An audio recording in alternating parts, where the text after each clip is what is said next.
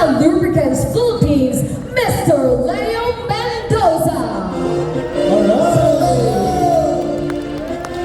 Magandang hapon! Andito ba ba lahat? Luzon, andito ba ba? North Luzon, andito ba ba? Konti na lang. Metro Manila, andito ba ba? Visayas! Pakunti na ba? Mindanao! I'm telling you, wag mo na kayong umuwi. We have a surprise for all of you. But before that, first and foremost, I'd like to thank everyone for coming. We know it's a Sunday. This could have been a day spent with our families, but you chose to be here. Maraming salamat po. For the last 9 months, marami po kaming nakitang napaka-inspiring na mga stories from our mechanicals and from the DSRs.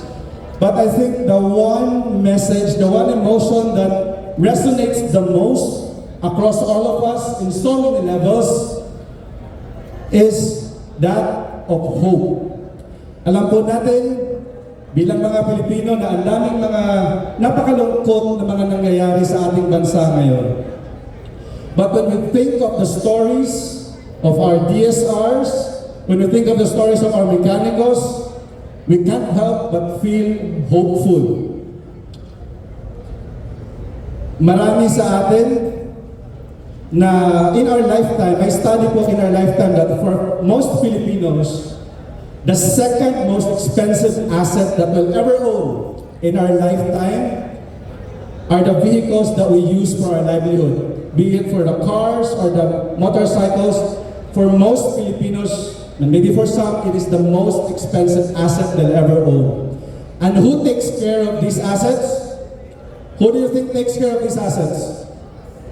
It is our mechanicals. So para po sa lahat ng mga mechanicals dito, maraming salamat po for keeping the hopes of our fellow Filipinos alive by taking care of the assets that they work so hard for.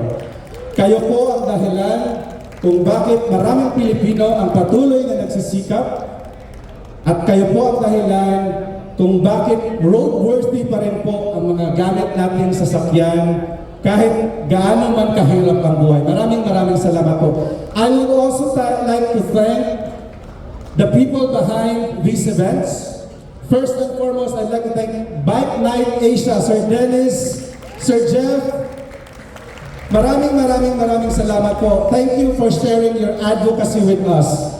I'd like to thank as well Testa, Sir Brian. Where are you? Maraming salamat, sir. I expect nothing but the best and loyalty for the next 3 more years and beyond. Nice ko rin pong pasalamatan ang ating lahat ng mga distributors na nandito. Thank you for sharing your talents with us. Thank you po sa pagpatakbo ng mga events sa 19 different runs. Asahan niyo po na marami pang runs sa susunod na taon.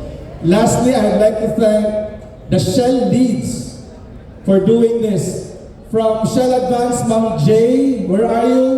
Shall we give a big round of applause to Jana Sarbosa, please? Thank you, Jay. And for Shell Helix, maraming salamat. Jensen Garcia, where are you? I can see you. Congratulations, sir. Maraming salamat. And thank you for doing all of this. Maraming salamat. Stick around. Meron po tayong surprise sa dulo. Enjoy the rest of the day and see you all next year for the season 3. Enjoy the rest of the day.